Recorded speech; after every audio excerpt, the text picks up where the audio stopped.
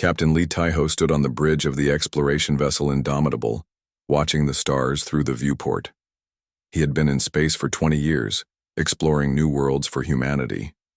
The year was 2387, and humans had built homes on planets in 12 different star systems. Life was good for the human race. "Captain, we are approaching the New Busan colony," said his first officer, Lieutenant Kang Minsu. The young man had joined the crew only 6 months ago, but he was smart and eager to learn. "Good. Schedule our landing for tomorrow morning.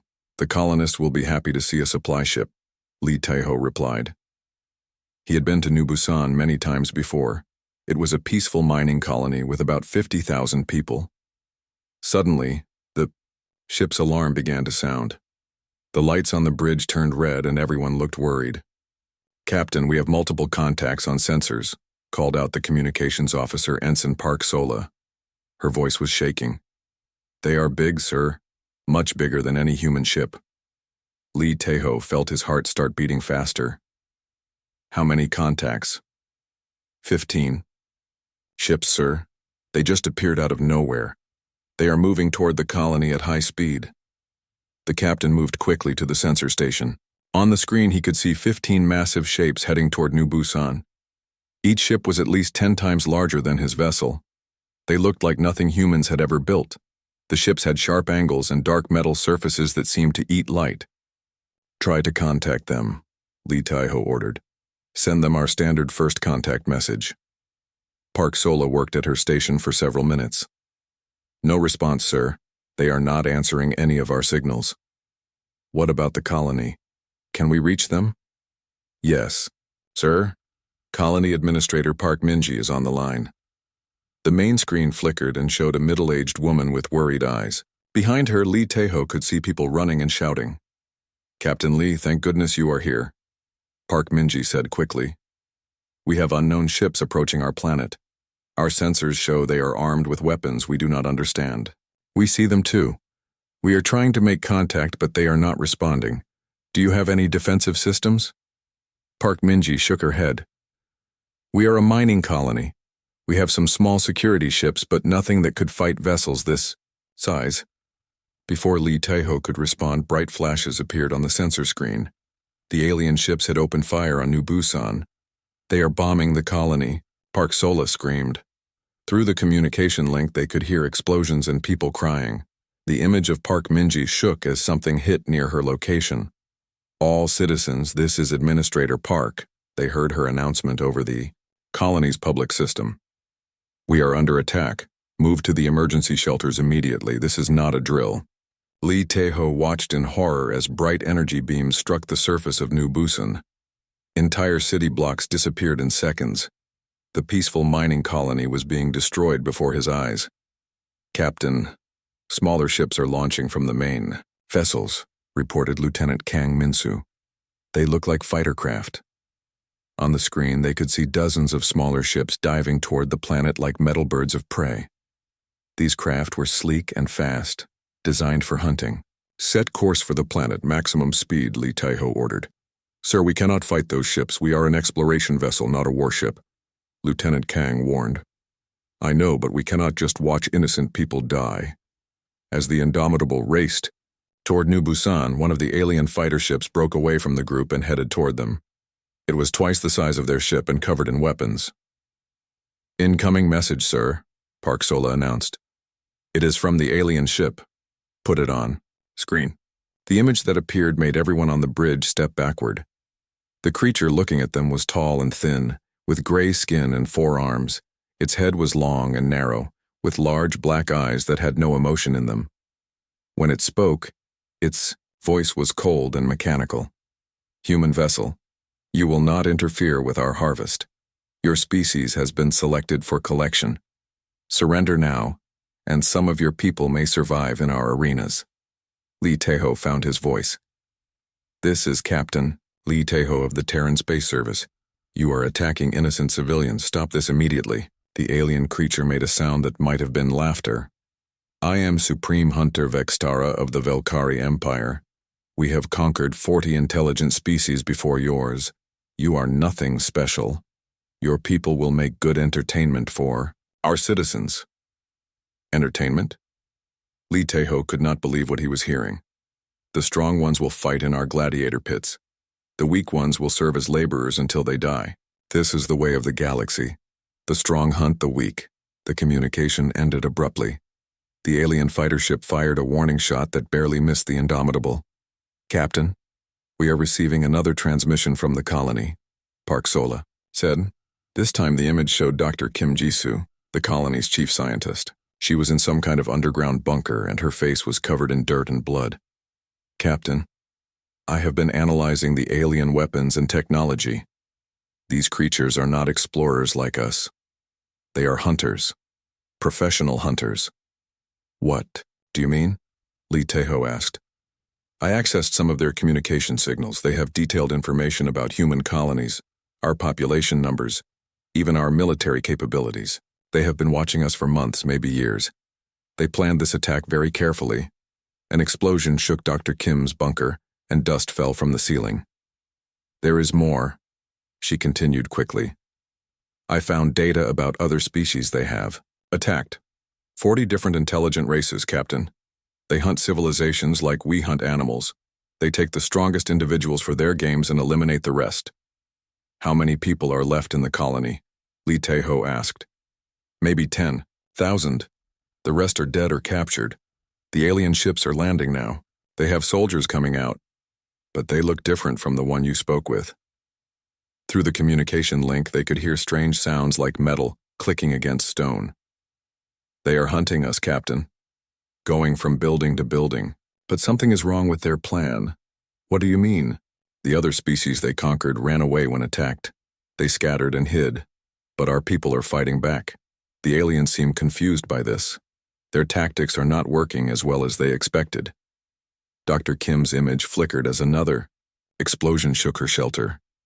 Captain, you must warn Earth, warn all the human colonies. This is not random. The Velkari Empire is coming for all of us. They see humanity as their next hunting trophy. The communication suddenly cut off, leaving the bridge in silence. Lee Tae-ho looked at his crew.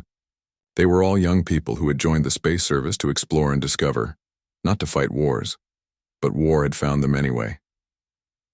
Lieutenant Kang set course for Earth, maximum speed. What about the colony, sir? Lee Tae-ho watched as more alien ships appeared on the sensors. The Velkari had brought enough force to destroy entire star systems. We cannot save New Busan, but we can warn the rest of humanity. If Dr. Kim is right, this is only the beginning. As the Indomitable turned away from the burning colony, Lee Tae-ho made a decision that would change everything. Humanity had always been explorers and builders. Now they would have to become something else entirely. The hunt had begun, and humans were the prey.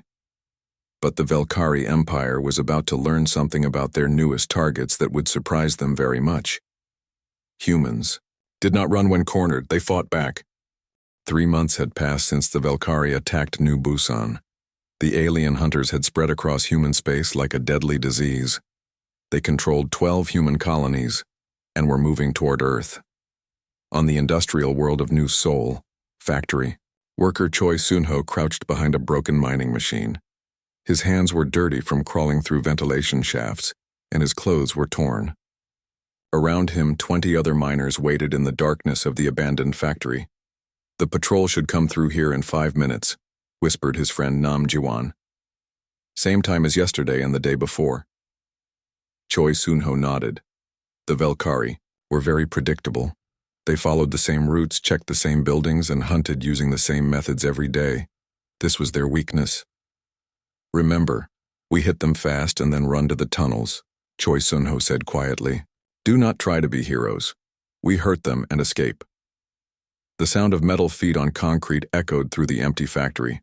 The Velkari patrol was coming. These alien soldiers looked different from the ones they had seen on the communication screens. They were bigger, with thick armor and multiple arms that ended in sharp claws. Choi Soon-ho held up his hand, counting down with his fingers. 3, 2, 1. The miners attacked from all sides. They threw homemade explosives and fired stolen energy weapons. The Velkari soldiers made angry hissing sounds and fired back, but they seemed confused. Their movements were slow and uncertain. "They do not know what to do," Nam Jiwan shouted, over the noise of weapons fire. "Look at them. They are lost." It was true. The Velkari soldiers kept trying to form a circle, like they were hunting animals that would run in one direction. But the humans attacked from above, below, and from multiple directions at once. 2 Velkari soldiers fell before the rest of the patrol could organize themselves. The miners disappeared into the tunnel system they had built under the factory. "We got 2 of them," Choi Soon-ho said as they ran through the dark tunnels. "And we lost nobody." Meanwhile, in the underground command center beneath New Seoul's capital building, Lieutenant Commander Yoon Hana studied reports from resistance groups across the planet. She was one of the few military officers who had survived the initial attacks. "The pattern is the same everywhere," she told her small team of advisors. "The Velkari are having trouble with our fighting style." "What do you mean?" asked Sergeant Lee Dong-jin. "They are designed to hunt species that run away. When they attack, their prey scatters and hides. Then the Velkari hunt them down one by one. It is very efficient." Yoon Hana pointed to a map showing Velkari attack patterns on other worlds. "But humans do not scatter when attacked. We group together and fight back. This confuses their tactical systems." She showed them reports from other resistance cells. On Mining Station Gamma, workers had turned drilling equipment into weapons. On Colony Jeju, farmers were using agricultural chemicals to make explosives. Every human settlement was fighting in different ways. "The Velkari have conquered 40 species before us," Yoon Hana continued. "But I think those species were peaceful. They probably tried to hide or negotiate when attacked." "What makes you think that?" asked Dr. Bae Young-soo, the team's technology expert. "Because the Velkari do not know how to handle organized resistance. Their ships are designed for chasing fleeing vessels, not fighting enemies that attack in groups. Their soldiers are trained to hunt scattered individuals, not fight coordinated teams." A communication signal came through their hidden transmitter. It was from Sejong 7, the mining station in the asteroid belt. "This is Engineer Kang Dong-hyuk on Sejong 7. We have news." The image on their screen showed a man in a dirty engineering uniform. Behind him, they could see workers welding metal plates onto mining equipment. "We have turned the asteroid processors into weapons," Kang Dong-hyuk reported. "These machines normally break apart rocks for mining, but we have modified them to fire metal projectiles at high speed. Railgun cannons," Dr. Bae Young-soo said with excitement. "Brilliant idea." 3 Velkari hunter ships attacked us yesterday," Kang Dong-hyuk continued. "They expected us to try to escape. Instead, we waited until they got close, then opened fire with our modified mining equipment." The engineer smiled for the first time in months. "We destroyed all 3 ships. The Velkari were so surprised that they did not even try to defend themselves properly." This was the first major human victory against the Velkari. The news spread quickly through the resistance network. "How did they react?" Yoon Hana asked. "They sent more ships, but these stayed much farther away. I think they are afraid now." After the communication ended, Yoon Hana looked at her team with new hope. "This changes everything.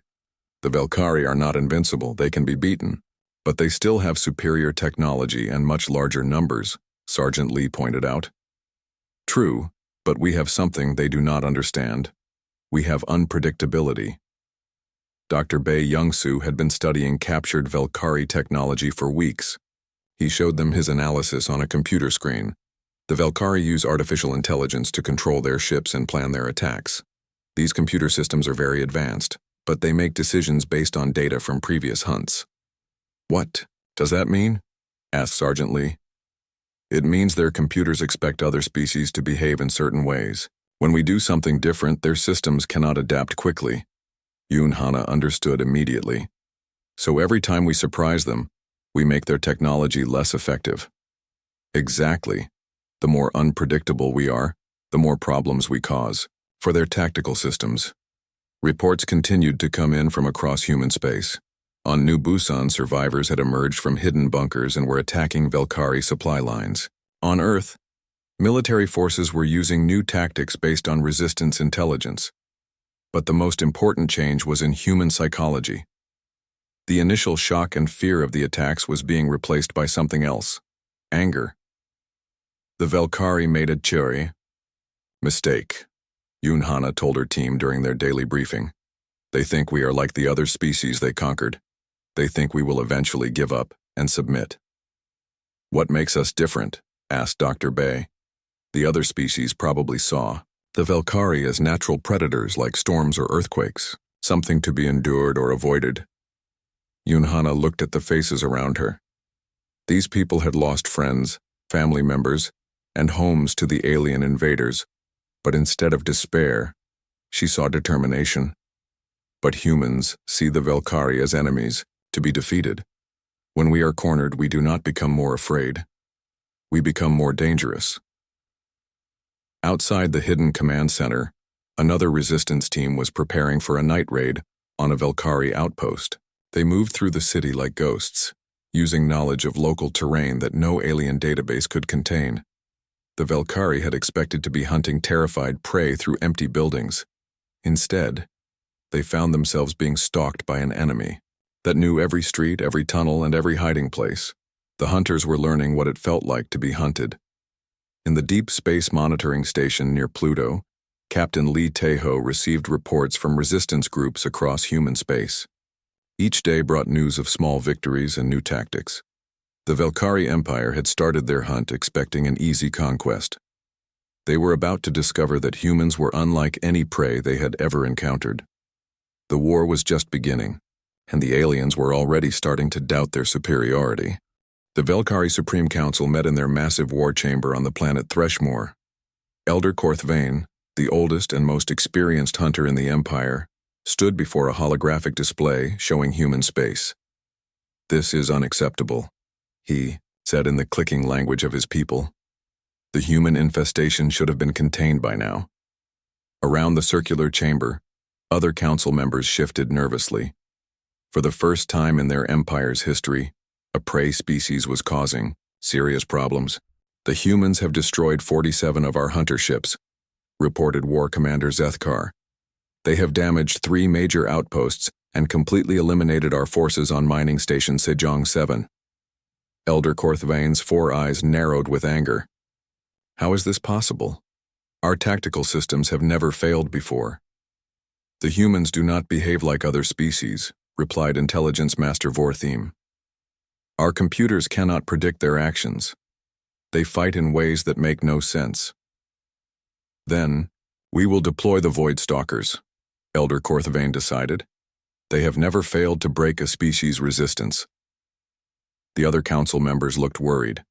The Void Stalkers were their most elite soldiers, cybernetically enhanced super warriors, who were used only when normal forces failed. "Send them to Earth," the Elder commanded. "Let the humans face opponents who cannot be surprised or confused." Meanwhile, in a hidden laboratory beneath the ruins of New Busan, Dr. Kim Jisoo worked with a team of human scientists. They had been studying captured Velkari technology for months, trying to understand how their enemies thought. "I have made an important discovery," she told her research team. "The Velkari use biological tracking devices in their weapons, tiny robots called nanites that enter our bodies when we are injured." Dr. Shin Hyemin, her assistant, looked at the test results on their computer screen. "These nanites report our location back to Velkari ships?" "Yes, but that is not all they do. They also scan our brains and try to predict our behavior patterns. That explains why they always seem to know where our people are hiding," said Dr. Park Kyungjae, their technology specialist. Dr. Kim nodded. "But I have found something interesting. Human brain activity is different from the other species they have conquered. Our minds change and adapt much faster." She showed them brain scans comparing humans to data from other species in the Velkari records. Other species have more predictable thought patterns. When they are stressed or afraid, their brains follow the same pathways every time, but human brains constantly create new connections. "What does this mean?" asked Dr. Shin. "It means the Velkari nanites cannot accurately predict what humans will do next. Our neuroplasticity makes us naturally unpredictable. This was the breakthrough they needed. Dr. Kim immediately began developing countermeasures to block the nanites. Across the galaxy, Captain Lee Tae-ho was leading a dangerous mission. His ship, the Indomitable, had been modified with stealth technology stolen from a damaged Velkari vessel. They were approaching a Velkari research station in the Tau Ceti system. "Are you sure about this plan?" asked Lieutenant Kang Min-soo. "If they detect us, we will be completely outnumbered. We need that intelligence data," Lee Tae-ho replied. "We have to understand how big their empire really is." The research station was enormous, built into a small moon orbiting a gas giant. Velkari, ships moved around it like insects around a hive. "I am reading massive data storage systems," reported their new science officer, Ensign Ryu Ji-won. She had joined the crew after her home colony was destroyed. "The station contains information about hundreds of star systems. Using their stolen stealth system, they managed to get close enough to hack into the station's computers. What they found was terrifying. The Velkari Empire controls over 300 star systems," Ryu Ji-won reported. "They have enslaved billions of intelligent beings from different species." But there was more. The data showed records of species that had fought back against the Velkari in the past. "Look at this," she said, pointing to files on her screen. "The Threnody species on Kepler 442b. They resisted for 2 years before being completely conquered." "What happened to them?" asked Lee Tae-ho. "The survivors were enslaved, but listen to their final transmission." She played an audio recording translated into human language. The voice was desperate, but determined. "To whoever finds this message, do not let our deaths be meaningless. The Velkari can be beaten. They fear species that fight together. Unite your people. Trust each other. Never stop fighting." Similar messages came from other conquered species. The Velkari had faced resistance before, but they had always won in the end. "Captain, we need to leave now," warned Lieutenant Kang. "Velkari patrol ships are approaching our position." As they escaped from the research station, Lee Tae-ho realized that humanity was not the first species to fight back. They were just the first to be successful at it.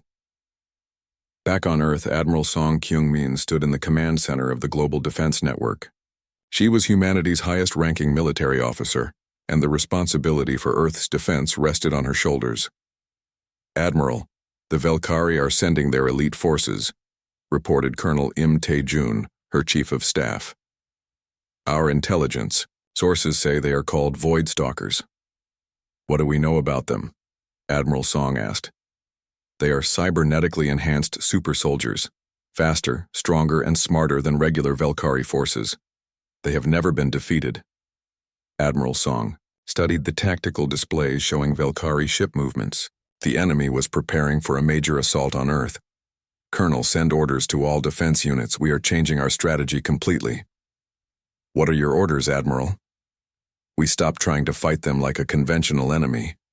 The Velkari expect us to defend fixed positions and follow predictable military tactics." She pointed to the global map showing human defense positions. "Instead, we are going to embrace chaos. Every unit will operate independently. No central command structure. No predictable patterns." "Admiral, that goes against everything we know about military strategy," Colonel Im warned. "Exactly. That is why it will work." Admiral Song had studied every human victory against the Velkari. In each case, success came from doing something the aliens did not expect. "The Velkari are like master chess players who have never lost a game, but we are not going to play chess with them. We are going to invent a completely new game." On the planet New Sol, the resistance movement led by Choi Sun-ho was growing stronger every day. They had learned to use the Velkari's predictability against them. "The patrol will come through Sector 7 at exactly 14:30, Choi Sun-ho told his team. "They always take the same route. But something was different today. The Velkari soldiers moved differently, faster and more alertly." "Those are not regular soldiers," warned Nam Ji-won. "Look at their equipment." The new Velkari forces were clearly more advanced. Their armor was thicker, their weapons larger, and their movements more coordinated. "Void stalkers," whispered one of the miners who had been captured and escaped. "I heard the guards talking about them. They are supposed to be unbeatable." Choi Soon-ho watched as the elite alien soldiers moved through the abandoned factory district. They were not following predictable patterns like the regular forces. "Then we will have to find new ways to beat them," he said with determination. The Velkari Empire had deployed their best hunters to finish what they started. But humanity was evolving too. Every battle taught them something new about their enemies and about themselves. The real test was just beginning. 6 months after first contact, everything had changed. The Velkari had expected to be hunting scattered human survivors by now. Instead, they found themselves looking over their shoulders, wondering when the next human attack would come. Operation Wildcard was Admiral Song Kyungmin's masterpiece. Instead of defending their worlds, human forces had gone on the attack.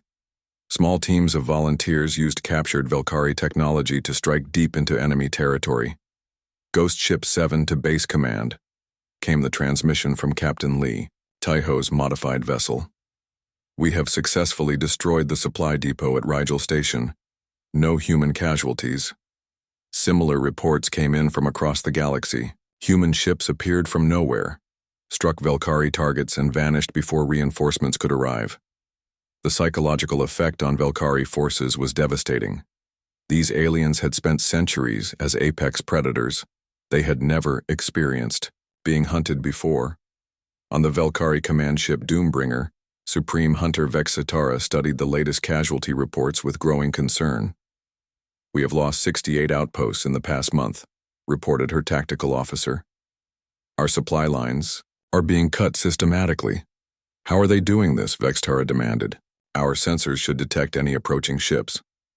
The humans are using our own stealth technology against us, but they have modified it in ways our engineers say should be impossible." Vexitara's mandibles clicked with frustration. "Impossible? Then explain how they keep appearing in our most secure systems." The truth was that human creativity applied to alien technology produced results that surprised everyone, including the humans themselves. Teams led by scientists like Dr. Ryu Jiwon had not just copied Velkari designs, they had improved them. On Earth, in a secret facility beneath the Gobi Desert, Dr. Kim Jisu's research team was working on their most important project yet. "The nanite countermeasures are ready for field testing," she announced to Admiral Song's staff. "How do they work?" asked Colonel Im Tae-jun. "We cannot stop the Velkari nanites from entering human bodies," Dr. Kim explained. "But we can feed them false information." She showed them a small device that looked like a medical scanner. "This transmitter sends fake brainwave patterns to the nanites. To the Velkari sensors, it will look like our people are somewhere else doing something different." "You mean we can make them think we are running away when we are actually attacking?" Admiral Song asked with interest. "Exactly. Their tactical computers will make decisions based on wrong information." Meanwhile, in the asteroid fields near Jupiter, Special Forces operative Lim Seung-jae was leading humanity's most daring mission yet. His team had infiltrated a Velkari breeding world, a planet where young Velkari were raised and trained. "Cannot believe what I am seeing," he whispered into his communication device. His team was hidden in the rocky hills overlooking a massive Velkari city. "What is it?" asked his commander back on Earth. "The Velkari civilians are panicking. They have never been attacked on their homeworlds before. Some of them are trying to evacuate." This was unprecedented. For thousands of years, the Velkari had brought war to other species. Their own planets had always been safe. "There is something else," Lim Seung-jae continued. "The young Velkari look different from the soldiers. They seem more afraid, less aggressive." "Are you saying they are not natural warriors?" "I think their entire society is built around the hunt. Take away their prey and they do not know what to do with themselves." This observation would prove to be crucial. The research vessel Horizon, commanded by Dr. Oh Yoonji, had been studying captured Velkari soldiers for months. Her findings supported what Lim Seung-jae had observed. "The Velkari are psychologically dependent on being predators," she explained to the Allied command. "Their brains produce certain chemicals only when they are hunting successfully. What happens when they cannot hunt? Asked Admiral Song. They become depressed, confused, and eventually their social structure breaks down. It is like an addiction. This gave humanity a new strategy. Instead of just fighting to survive, they could systematically dismantle the Velkhari Empire by removing their ability to hunt. On the liberated world of Kepler 442b, Commander Park Ji-hoon was implementing this new approach. His forces had driven off the Velkhari occupiers and freed the surviving members of the Threnody species. The Threnody were gentle aquatic beings who had been enslaved for 3 centuries. They were amazed to see their world free again. How did you defeat the Velkhari when we could not? Asked Elder Threnody Mel Andor through a translation device. We did not try to hide from them, Commander Park explained. We hunted them instead. The freed Threnody provided valuable intelligence about Velkhari operations. More importantly, they began to fight alongside human forces. We know their weak points, Mel Andor said. Places where their armor is thin, times when their guards are down. We have been watching them for centuries, waiting for someone to give us hope. Similar scenes were happening across the galaxy. Every world that humans liberated brought new allies into their growing alliance. The Velkhari had created enemies everywhere they went, and now those enemies had a chance for revenge. But the most important change was happening on Earth itself. Humanity was transforming from a scattered collection of colonies into a unified military force. We are no longer fighting just to defend ourselves, Admiral Song announced to the Global Defense Council. We are fighting to free every species the Velkhari have enslaved. The psychological impact of this shift was enormous. Humans were no longer prey fighting for survival. They were liberators with a mission. In the Outer Rim territories, Velkhari outposts began reporting a terrifying new phenomenon. Human ships were appearing in systems the aliens thought were completely secure. Emergency transmission from Outpost Zeta 9, reported a panicked Velkhari communications officer. They are under attack by human forces, but sir, that system is 50 light-years behind our front lines. Supreme Hunter Vextara felt something she had never experienced before. Fear. How did humans get so deep into our territory? We do not know, sir. They seem to appear from nowhere and strike anywhere they want. The truth was that humanity had learned to think on a galactic scale. While the Velkhari focused on controlling their front lines, human forces were attacking from all directions, at once. Captain Lee Taiho's fleet had grown from one modified exploration ship to a force of 30 vessels crewed by volunteers from every human world. They moved through Velkhari space like ghosts, never staying in one place long enough to be cornered. Target acquired, reported his tactical officer during their latest mission. Velkhari prison transport carrying enslaved civilians. All ships, attack formation, Lee Taiho ordered. Remember, our priority is freeing the prisoners. The battle lasted only minutes. The Velkhari escort ships, designed for hunting fleeing prey, could not handle coordinated attacks from multiple directions. When it was over, they had freed 2,000 enslaved beings from 12 different species. Each freed alien became another source of intelligence and another ally in the growing rebellion. Captain, said one of the freed prisoners, a reptilian being whose species had been conquered 50 years ago, my people have hidden weapons caches on 17 worlds. We have been waiting for someone to help us fight back. This was happening everywhere. Species that the Velkhari thought were completely broken were revealing hidden strengths and secret preparations. The galaxy was rising in rebellion, and at the center of it all were the humans who had refused to be prey.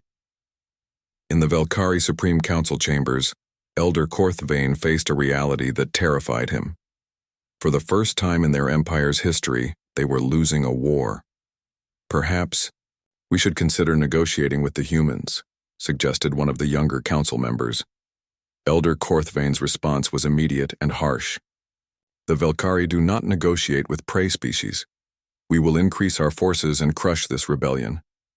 But privately he was beginning to doubt. The humans had done something no other species had ever accomplished. They had turned the hunters into the hunted, and they were just getting started. 2 years after the first Velkari attack, the galaxy looked completely different. The empire that had ruled for thousands of years was crumbling, and humanity stood at the center of the largest rebellion in galactic history. Commander Park Ji-hoon stood on the bridge of his flagship, the Liberation, as it entered orbit around Kepler 442b. What had once been a Velkari slave world was now the headquarters of the Free Species Alliance. "Sir, we are receiving transmission from the surface," reported his communications officer, Lieutenant Bae Soo-jin. The image that appeared on screen showed Elder Threnody Mel Andor, but he looked different now. Instead of the broken slave they had rescued 2 years ago, he wore the uniform of a military commander. "Commander Park, welcome back to New Threshold," Mel Andor said. The Threnody had renamed their world to symbolize their new beginning. "Our fleets are ready for the next phase of operations." Park Ji-hoon smiled. When they first liberated this world, the Threnody barely remembered how to fight. Now they commanded a fleet of 40 ships and had become expert strategists. "What is our target today?" Park asked. "The slave processing facility at Wolf 359. Intelligence reports indicate they are holding 15,000 prisoners from 8 different species. The rescue mission was led by a joint fleet of humans, Threnody, and 3 other liberated species. Each group brought unique capabilities that the others lacked. The Threnody were excellent at underwater operations. The reptilian Sauroch species could survive in extreme temperatures. The insectoid Colics had natural abilities for infiltrating small spaces. This is what the Velkari never understood, Park told his mixed crew as they approached their target. "Diversity makes us stronger, not weaker." The attack on the slave facility was perfect. Each species performed the roles they were best suited for, and within hours they had freed all the prisoners and destroyed the Velkari garrison. But the most important part was what happened next. Among the freed prisoners were members of 2 species that had been enslaved for over 500 years. They had given up all hope of freedom. "You came for us," whispered one of the elderly Moravec prisoners, tears flowing down her wrinkled face. "After all these centuries, someone finally came for us." Similar scenes were happening across the galaxy. Every successful rescue mission brought new allies and fresh intelligence about Velkari operations. On Earth, Admiral Song Kyung-min reviewed the strategic situation with her expanded command staff, which now included representatives from 12 liberated species. "The Velkari have lost control of 60% of their territory," reported Colonel Im Tae-jun. "Their supply lines are completely disrupted. More importantly," added Sauroch General Thekmar, "their psychology is breaking down. Our intelligence sources report widespread panic in their core systems." The Sauroch had been enslaved for 200 years, but they had maintained detailed records of Velkari behavior patterns. Their knowledge was proving invaluable. The Velkari built their entire civilization around the concept of being apex predators.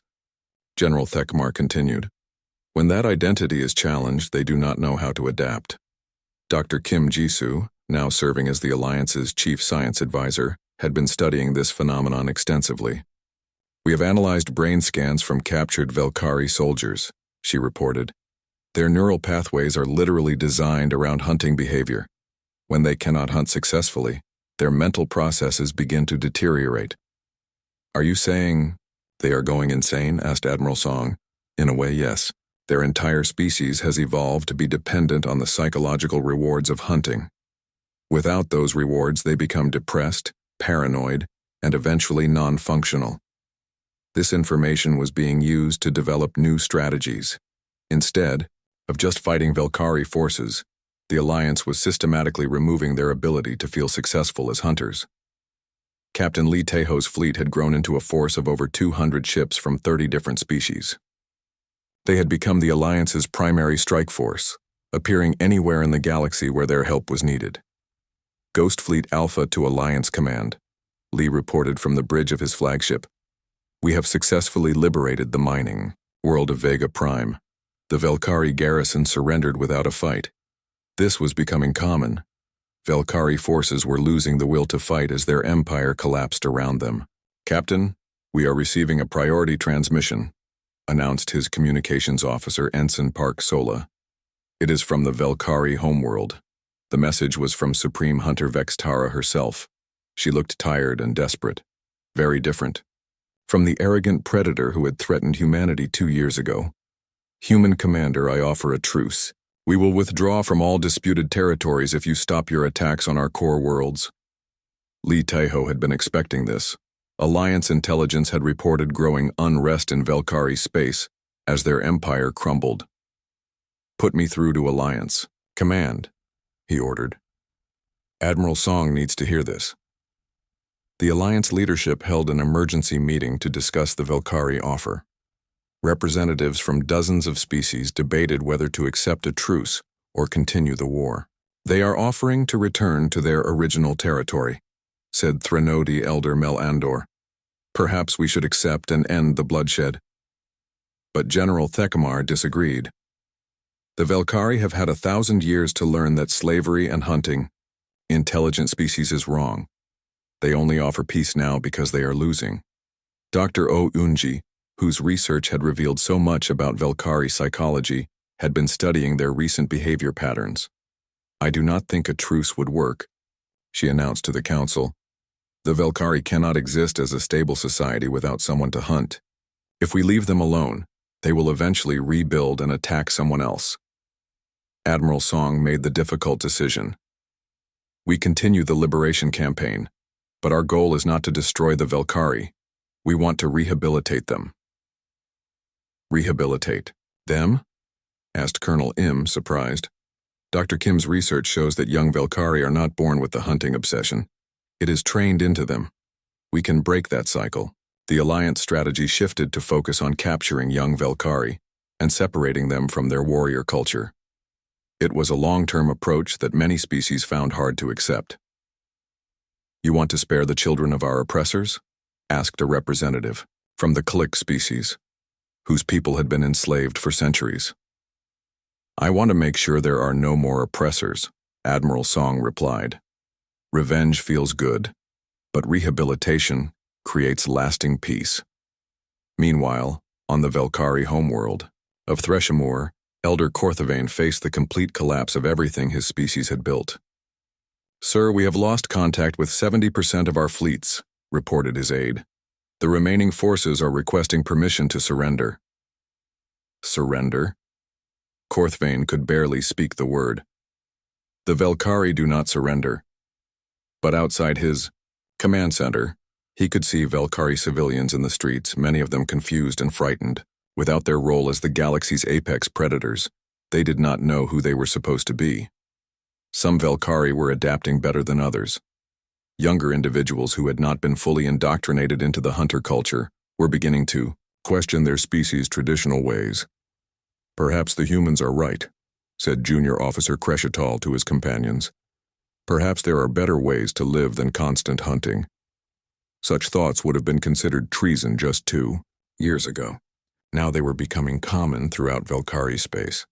The Alliance continued its systematic campaign, not just liberating slaves but also working to reform Velkari society itself.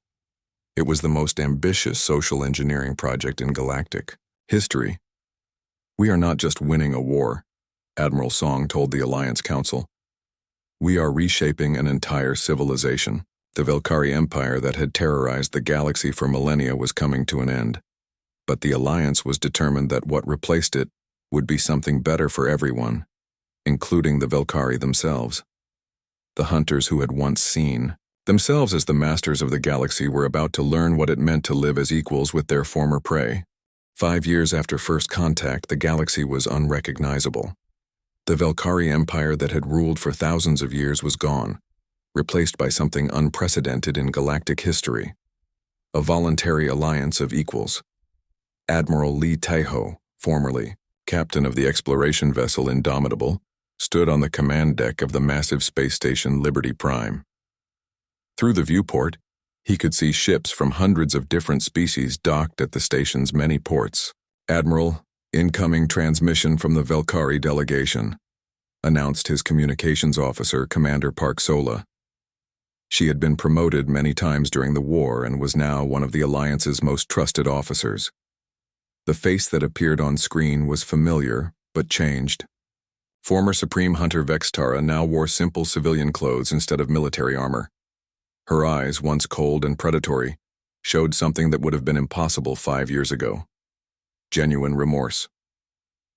Admiral Lee, the Velkari Council is ready to present our final report on the rehabilitation programs, she said in carefully practiced human language. Thank you, Vextara.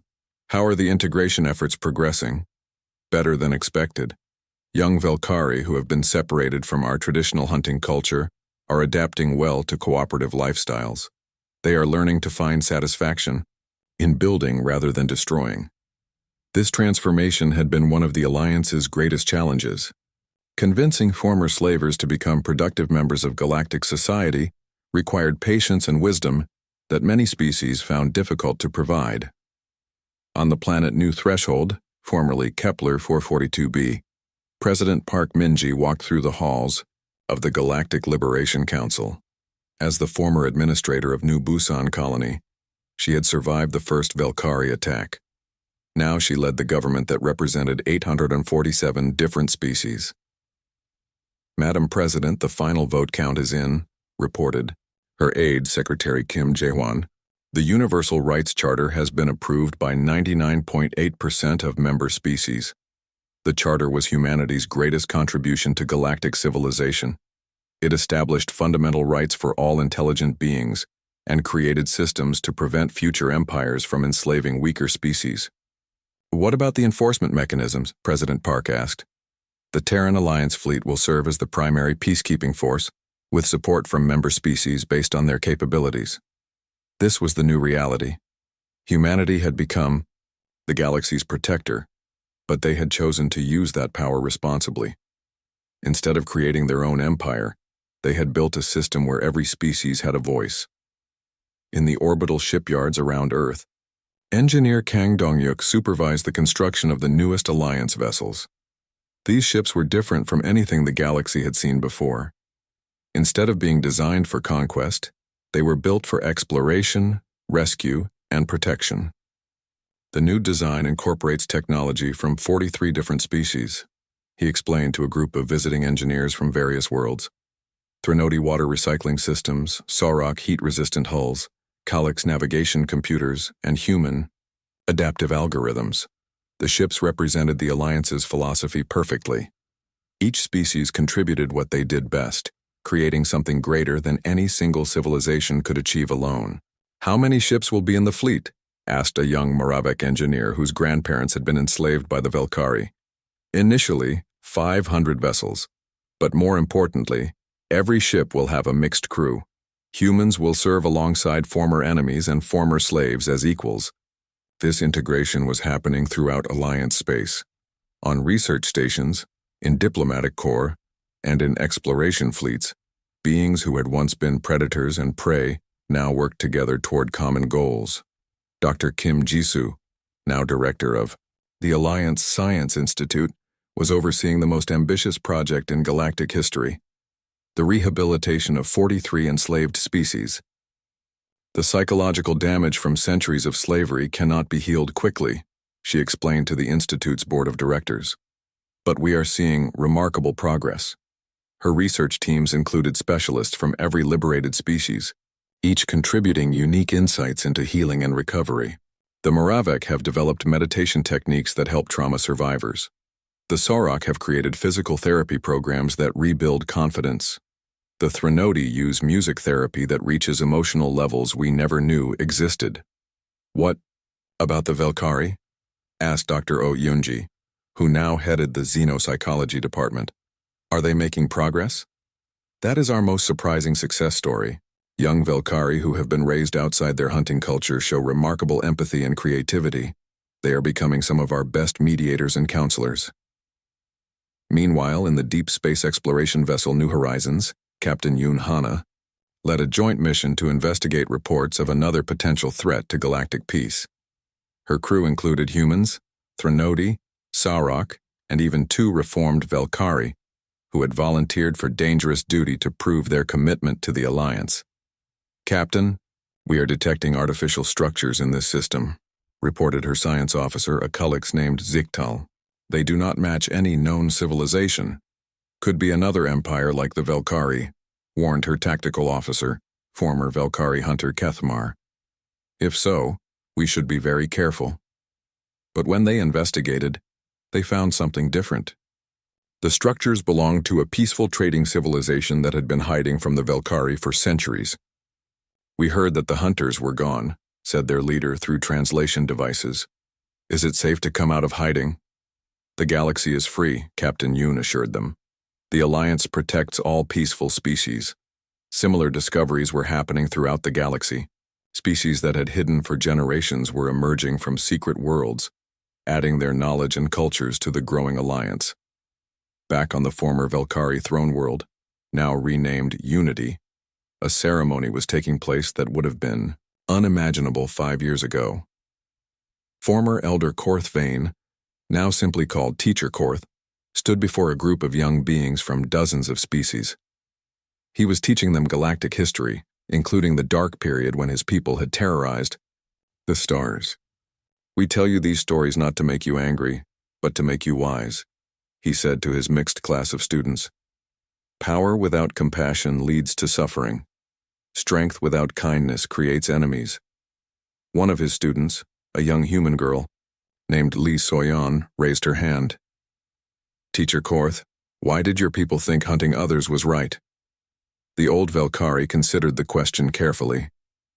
Because we forgot that intelligence means the ability to choose. We chose to be predators when we could have chosen to be protectors. In space around Unity, the largest gathering in galactic history was taking place.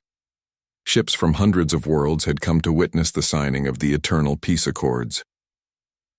Admiral Song Kyung-min, now Grand Admiral of the Alliance fleet, floated in her ceremonial shuttle between the massive vessels. Each ship represented a species that had suffered under Velkari rule, and each had chosen forgiveness over revenge.